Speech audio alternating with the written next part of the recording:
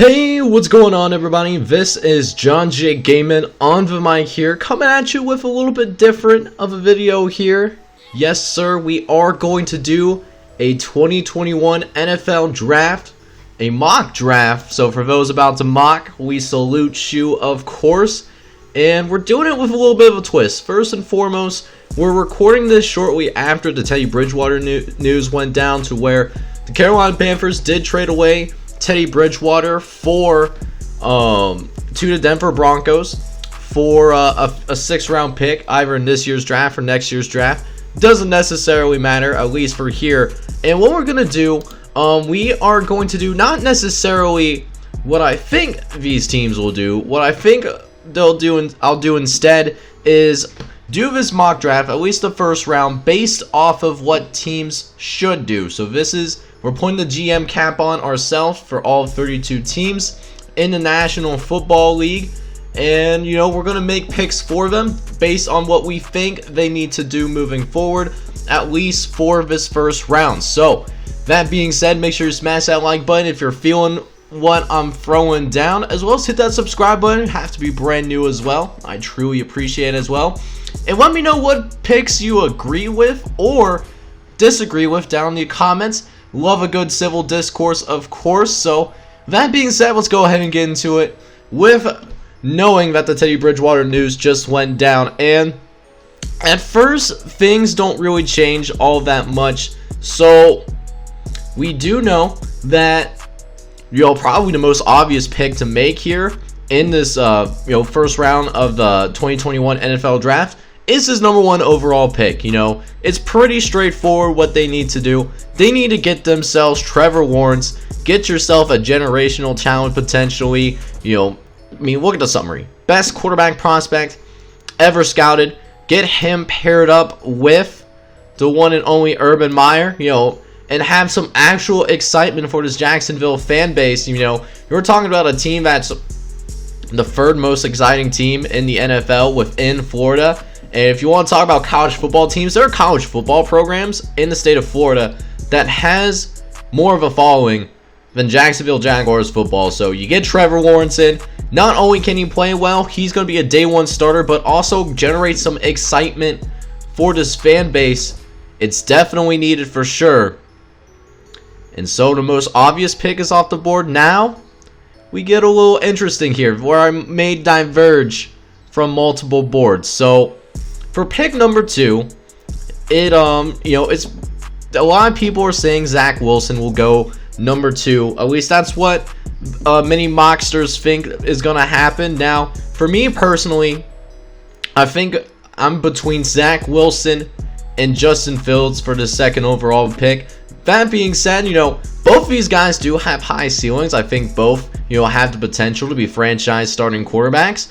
But if you want to talk about a person, I think the ultimate timebreaker, I think you really need to go with Justin Fields. He seems more pro-ready than what Zach Wilson is, if you want to talk about upside, since the Jets are multiple years out from making the playoffs at this point. The reason why I'm going with Justin Fields over Zach Wilson is for a couple of different reasons. Justin Fields comes off as a tougher kid, has that leadership, a multi-year starter.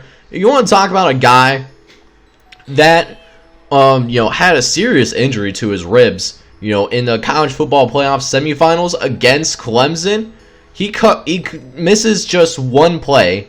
He comes back in later in the drive, leads a touchdown there, and then goes on to have one of the best games of his collegiate career in that big of a spotlight.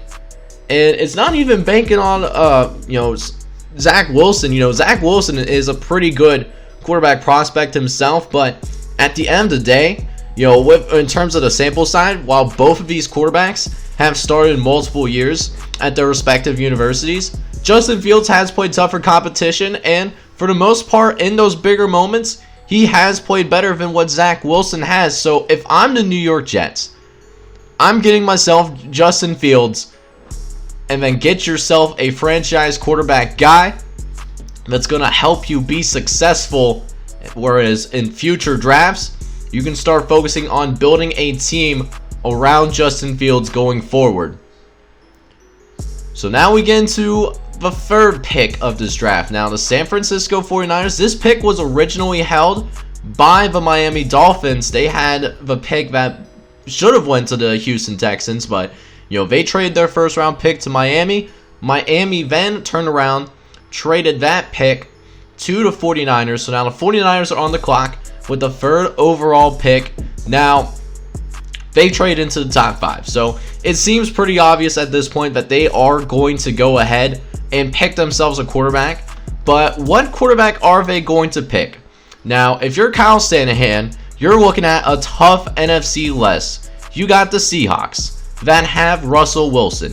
You also have the Los Angeles Rams, who just picked up Matthew Stafford, who some can argue, you know, makes them better at the quarterback position than what Jeff Goff was. I mean, Jeff Goff did come with picks, I believe, as, you know, some compensatory pieces in order to land Matthew Stafford.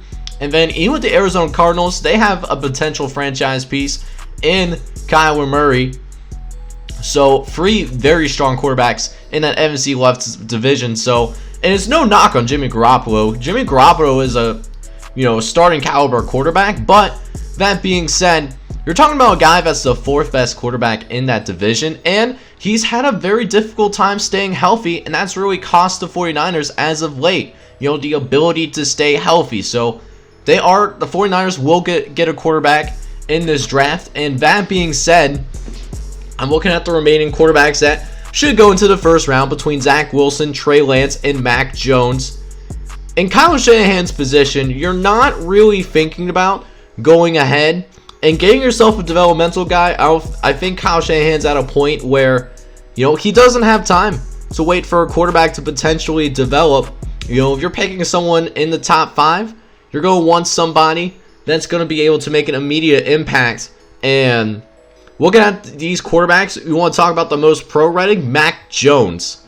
Now, Mac Jones, granted, may not have the highest ceiling of the top 5 quarterbacks in this draft. I actually think he has the lowest ceiling, but he also has a pretty high floor. You know, worst case scenario, Mac Jones is going to be a high-end quarterback in the NFL, or a high-end backup, but at least be a low to mid-tier starter. You know, worst case scenario, you know, maybe make it to a Pro Bowl or 2, but the 49ers don't have time to wait, and you can insert Mac Jones into your lineup right away. They have a pretty good offensive system to work with. So that being said, I think Mac Jones jumps into the top 5, and they go ahead.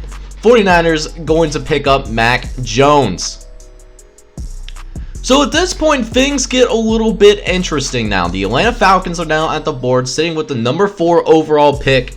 And that being said, they're not in need of a quarterback. Quarterback is not the reason that they're here as one of the bottom 5 teams in the NFL. Matt Ryan is still effective, and with the contract that he has, I don't think they go for a quarterback here in this 4th overall pick, just simply because, you know, that contract is atrocious. That's going to be hard to unload without also attaching some picks. It's not a good look for Atlanta. So at the same time, though, they're in need of defensive players, and you want to talk about some the defensive talent. This is more of an offensive loaded class. You know, a lot of guys, you know, if you're sitting as a team that didn't make the playoff, this is a really good team to improve your chances of going ahead and trying to improve the offensive side of the ball more so. So, you know, Atlanta Falcons picking a guy in the top 5 wouldn't make sense. So I think this is more an opportunity to go ahead and start making trades. Now,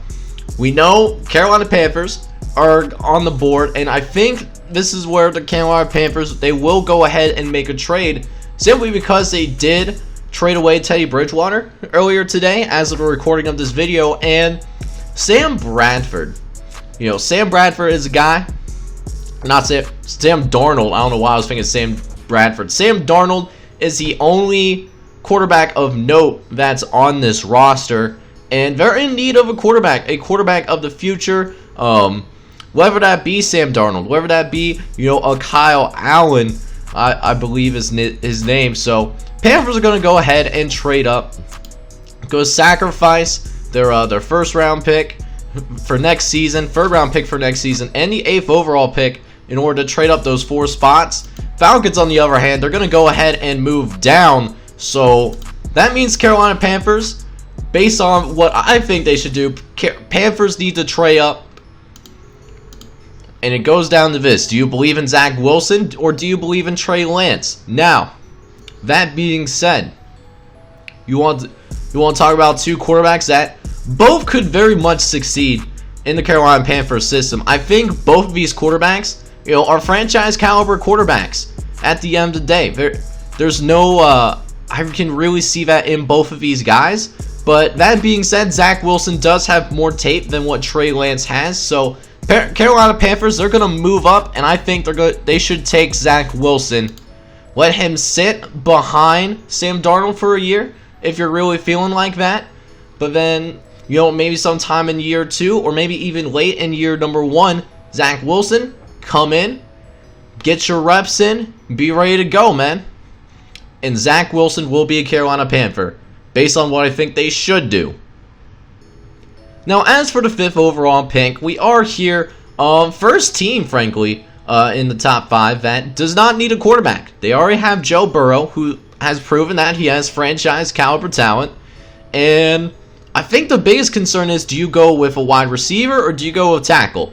If you're on Bengals Twitter, there's been a noticeable divide in the Bengals fandom community between Penei Sewell, who looks like a generational piece at that tackle position, and Jamar Chase, who also looks like a generational talent at the wide receiver position.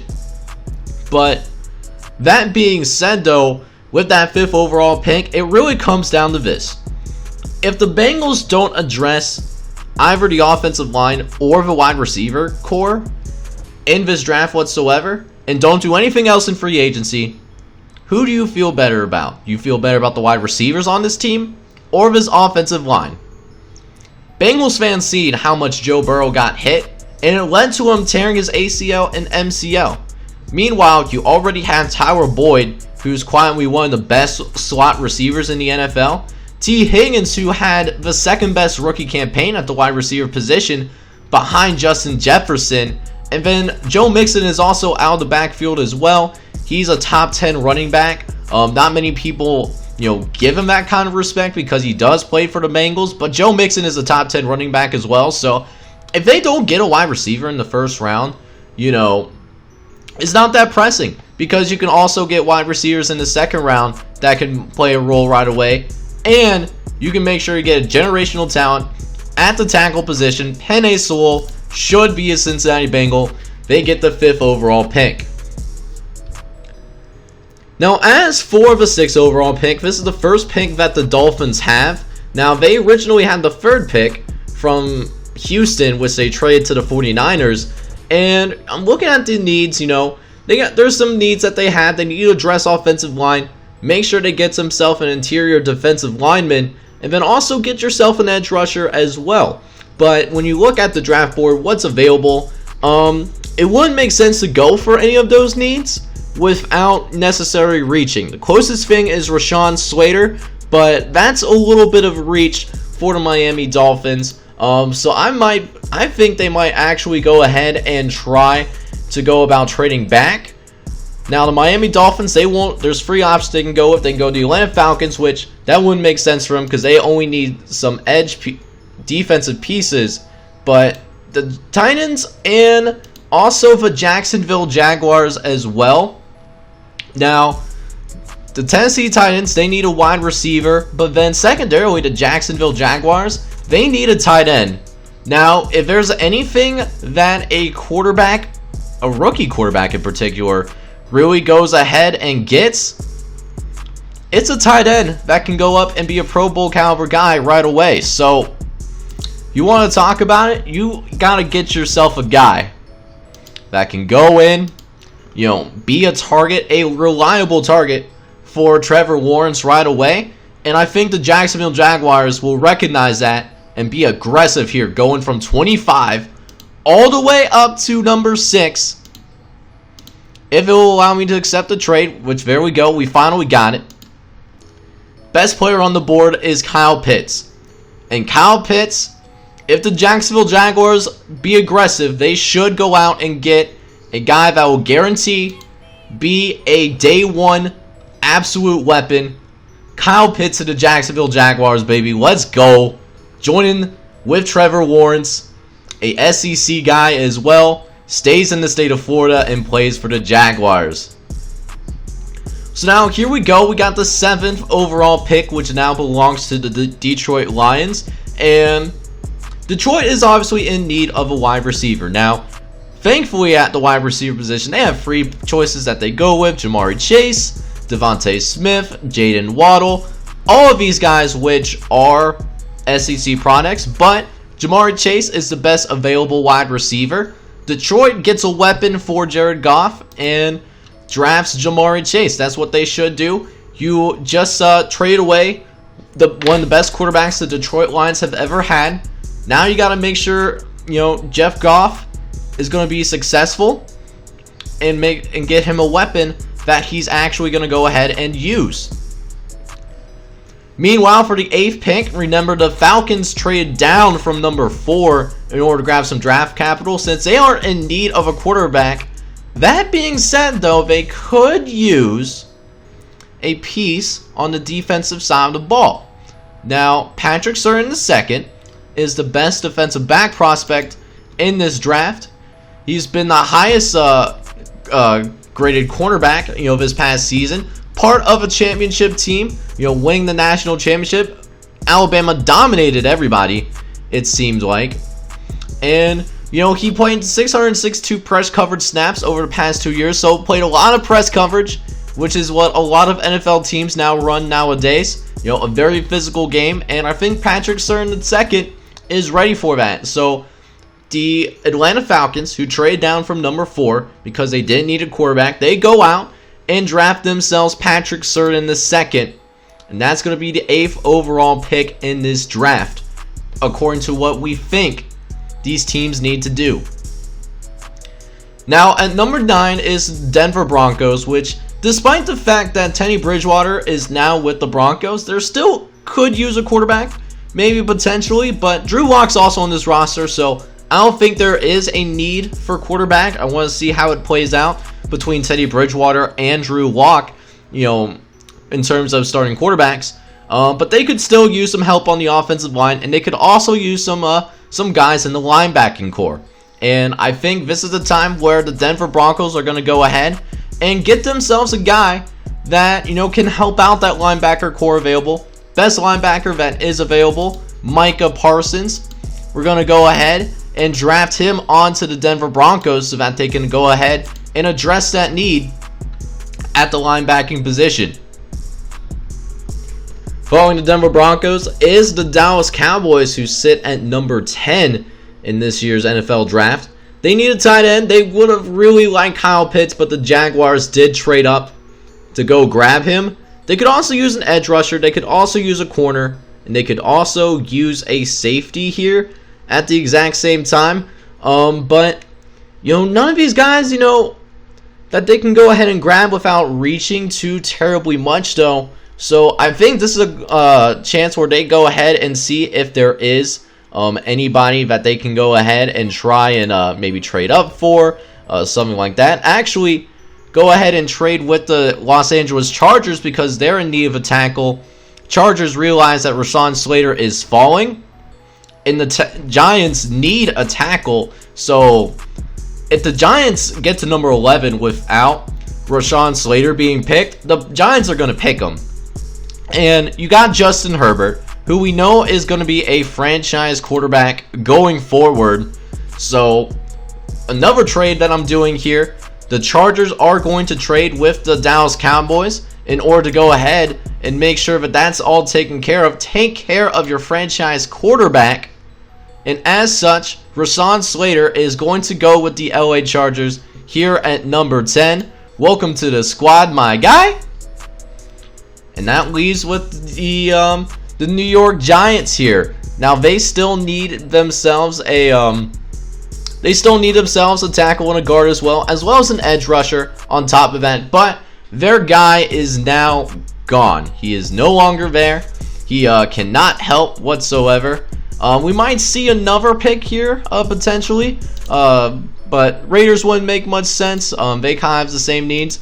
The Washington football team, though, needs themselves a quarterback. And they're going to use that because they need to go ahead and move up so that they can make sure the Patriots do not grab a quarterback. Trey Lance is still on the board. The Washington football team should trade with the New York Giants in this situation so that the Washington football team can go ahead and draft themselves a quarterback for the future. Trey Lance, welcome to the squad, my guy. They can put Kyle Allen there in the interim, let him sit for a year, and then Trey Lance takes over in season 2.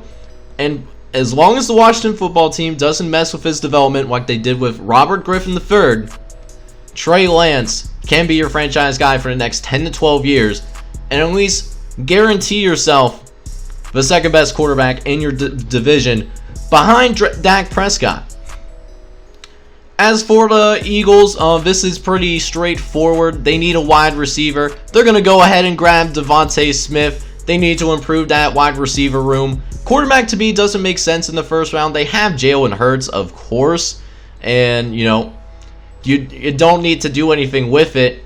The Dallas Cowboys as well also are trading back. They traded back from originally number 10 down to number 13. Now, a lot of their guys, still, not necessarily. It will still be a little bit of a reach for say Tevin Moehrig. Probably wouldn't draft him until maybe a little bit later in the first round. But that being said, J.C. Horn is available though, and J.C. Horn, they get the cornerback in order to address the defensive side of the ball. Get him with the 13th pick in this draft. Give some help for Dak Prescott so he doesn't have to be in so many shootouts necessarily. As we get to number 14 in the NFL draft, they need a tackle, a guard, an edge, and a safety. And I think the Minnesota Vikings, they should go ahead and address that tackle position. Christian Durisaw is, of course, on the board. He has the highest PFF grade of any offensive tackle in the Power 5. Played in a solid conference, went up against Notre Dame, went up against Clemson, who both, employ some pretty good pass rushes, except in the college football playoff when they got crushed by their opponents, but that's besides the point. So, the Minnesota Vikings, they go ahead and draft Christian Durisaw to address the offensive line. And now we get to number 15. Now, the Washington football team traded above the New England Patriots to get their guy. They were really looking at Trey Lance, but could not find a deal, unfortunately, in this mock draft. So, they can still address a couple of needs. They still need a running back, or not running back. They need a wide receiver, and they need a corner. Now, there is a shiny wide receiver in Jalen Waddle that fell to them at number 15. So, this is a no-brainer pick, of course. Shouldn't need much analysis necessarily. They need a dynamic receiver. Jalen Waddle can be that guy. And then in the second and third round, go get yourself a quarterback that can be the future, because Cam Newton legitimately isn't the long-term answer.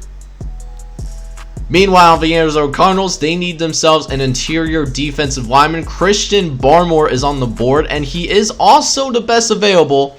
It meets the needs. Now, he has been a little bit inconsistent, but he can, when he has the ability, at his highest, he's one of the best players in this draft class.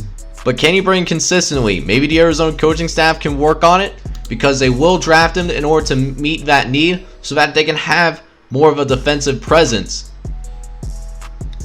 Meanwhile, the Oakland Raiders are now on the board here for number 17 in the NFL draft. Now, the Raiders, need an offensive line guys as well, but they also need a corner, and they also need a safety on top of that. Here, I think Tevin Moehrig would be a great fit. Get somebody in your secondary that can be a ball hawk. He's also 6'2", so he has the ideal size to meet up with some of these big body receivers. Great for one-on-one coverage. And that physicality can also help with run support as well. So Tevin Moehrig makes a bunch of sense for the Oakland Raiders. But knowing then they'll probably actually get a wide receiver in real life. But this is basically what I think they should do. Put it on the GM cap for everybody. You're welcome. And now we're here at number 18. Now, we'll take a look, and the Miami Dolphins actually traded down, believe down here to number 18, if I'm not mistaken. They originally had the 6th pick, but I mean, they didn't need it, so they're down here at 18 again. They still need some offensive line, and I think they go ahead and get themselves an offensive lineman, just to go ahead and make sure that Tua Tagovailoa has some extra protection. We do know that, you know, this is a team that almost made the playoffs, and while Tua, you know, was a little inconsistent, you know, he did struggle in his first season. You know, he's shown flashes of being able to be a starting quarterback in the NFL. So now get some guys around him. Get yourself an offensive lineman, Aaliyah Vera-Tucker, and get some help for your man. Meanwhile, the New York Giants, they get their first pick. They traded with the Washington football team in this mock draft. They still need a tackle, they still need a guard, and they still need an edge rusher. Now, the Miami Dolphins just picked up a tackle, so that's off the board. So, with that being said, the Giants will address the offensive line eventually, but I don't think they go ahead and do it in the first round necessarily. They get themselves a defensive lineman instead. Kwity Paye is available on the board, and they go ahead and grab him to welcome him onto the squad. As now we got the 20th overall pick. Chicago Bears need a receiver. They did pick up Andy Dalton as a, you know, one of those, you know, bridge quarterbacks. You know, a short-term fix. Because they do legitimately have a really good defense. The offensive side of the ball was atrocious for the Chicago Bears. They were going for Deshaun Watson, but that didn't work out because that team refuses to trade him for whatever reason, even though the team's going to be terrible with or without him. But that being said, 20th overall pick, the Chicago Bears will get a quarterback, but it won't be here in this first round necessarily. Instead, they get a weapon in Rashad Bateman from Minnesota, and, you know, go ahead and, you know, grab this guy, you know, make him a Chicago Bear, give him an extra weapon for Andy Dalton to work with. Up next, we do have the Indianapolis Colts on the board. They do currently have the 21st overall selection, and, you know, there's not a lot of needs that these guys have. They do need a wide receiver, they do need a tackle, and they do need an edge rusher.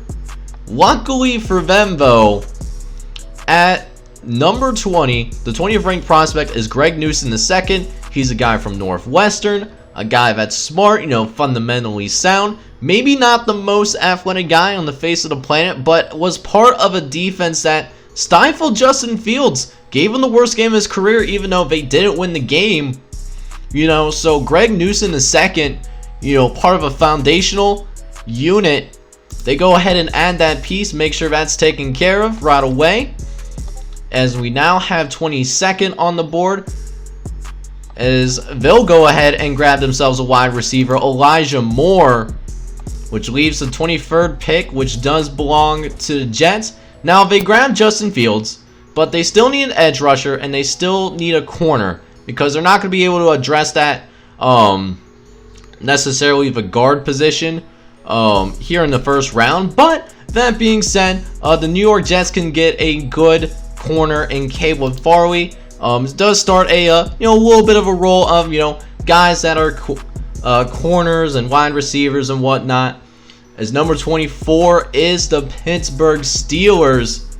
They just need offensive linemen. They're not going to get a quarterback in the first round either. Bet they look in day 2 or 3 to get themselves a heir apparent to Ben Roethlisberger, because they are going to need that going forward. But that being said as well, they get Walker Little, who's also a pretty smart guy from Stanford and could play day 1 as well. He's listed as a second round pick, but I disagree with that personally. I think the Steelers should grab Walker Little in order to beef up that offensive line as well. And speaking of offensive line, what do the Miami Dolphins do? They traded down here originally. They already got a tackle, and they should get themselves an edge rusher, continue to work on the trenches here a little bit, and get Jason Owen, you know, from that Big Ten footprint, bring him down to Florida so that they can improve what is a promising young defense in Miami. And then as for the Cleveland Browns, there's been a guy that's been falling at the linebacker position, Jeremiah Owusu-Karamoah. He's the 19th overall prospect. He's got versatility. He's instinctive. He's explosive. You know, he's what you want in a modern linebacker. And the Browns are very fortunate to have this guy land where they are for sure. So no problem here. Cleveland Browns pick up this linebacker from Notre Dame. I'm sure the Browns fans will be pretty excited about that going forward. As we got the 27th overall pick, the first of 2 first-round picks for the Baltimore Ravens. And they need a couple of things. They need a wide receiver. They need some offensive line help and another edge rusher. And I think from the jump, they go ahead and get that edge rusher right now. Get themselves either Jalen Phillips. But that being said, you got to realize they're down at number 31 as well. And I think if there's only one wide receiver available, that's a first-round talent, and it's Terrence Marshall Jr. But if they go with the edge rusher, you know, they're going to have to wait till the second round, you know, get themselves, you know, the best value at that wide receiver position. So I actually think right here the Baltimore Ravens should get Terrence Marshall Jr. in the hopes that, you know, there isn't, you know, a sudden run on wide receivers, to say the least. So I think Terrence Marshall Jr. actually would make the most sense here. And that leaves them with 28. They're still in need of either a wideout, a linebacker, or a corner. And I think this is the point where the Saints will go ahead and just address that cornerback position. Get themselves Asante Samuel Jr. For the most value. He may be a little bit undersized, but we want to talk about his pure football talent. There's not a lot of holes in this guy's game, so you know, go ahead and get yourself a guy that can play day one and improve that defense, knowing that Drew Brees is no longer there with that organization. As for the Green Bay Packers, they need a wideout, they need a linebacker, and then they also need a corner once again. And the Green Bay Packers, you remember last season, they went ahead and grabbed themselves Jordan Love, who didn't even play and probably won't play for an extended period of time, to say the least. So not a good first round pick. Since we are wearing the general manager cap for the Green Bay Packers, we are actually going to make a pick that makes sense for them. We're going to grab Rondale Moore to go ahead and grab him. Anything else is a little bit of a reach, but Rondale Moore, you give him a receiver that Aaron Rodgers is going to be able to work with. As you know, the Tampa Bay Buccaneers, they continue to get better. They have improved over the offseason through free agency. So they need some more weapons in order to compete with the Tampa Bay Buccaneers. Unless they just want to go ahead and get ran over like they did in the NFC Championship last season. But that being said, that leaves with the Buffalo Bills with the 30th overall pick. Now, they need an interior lineman, but they also need an edge guy. And, you know, Jalen Phillips slipped just a little bit, but go ahead and take care of yourself. Get yourself Jalen Phillips. And then the Baltimore Ravens, they get the other edge rusher that's projected to go in the first round, Azeez Ojulari, who's, you know, maybe is sub 250 pounds, but he's shot up draft boards quite a bit, you know, in the past few weeks. You know, they get themselves onto the Baltimore Ravens as well. And then the Tampa Bay Buccaneers, who couldn't technically use a quarterback just because, you know, talking about Tom Brady, he is 40 plus, so you should have a guy ready, you know, for the future, but, you know, don't want to reach too much at the same time. And Elijah Moden is available on the board. Get yourself that safety who can come in, you know, and be a part of a defense that's already one of the most dominant in the NFL. Shoot, they shut down Patrick Mahomes in the Super Bowl. You add on to that strength, you get yourself Elijah Moden, you know, and that ends the first round, matter of fact. And, you know, it seems like for the most part, we did a pretty good job. Rashawn Slater at number 11, I'll admit, is just a tad shaky, but we'll get to all the other picks. They're really good picks that we made at the end of the day. So this is what we're going with. This is what I think each team in the NFL should do with tomorrow's, or at least tonight's first round of the 2021 NFL Draft. What do you guys think? Do you agree with my analysis, or do you not agree? Let me know down in the comments, and if you enjoyed this video at the same time, I encourage you to also smash that like button for me, and hit subscribe if you have to be brand new. Anyways, this is John J Gaming signing off, but I hope you enjoyed tonight's NFL draft. It's going to be a good one. Take care, everybody.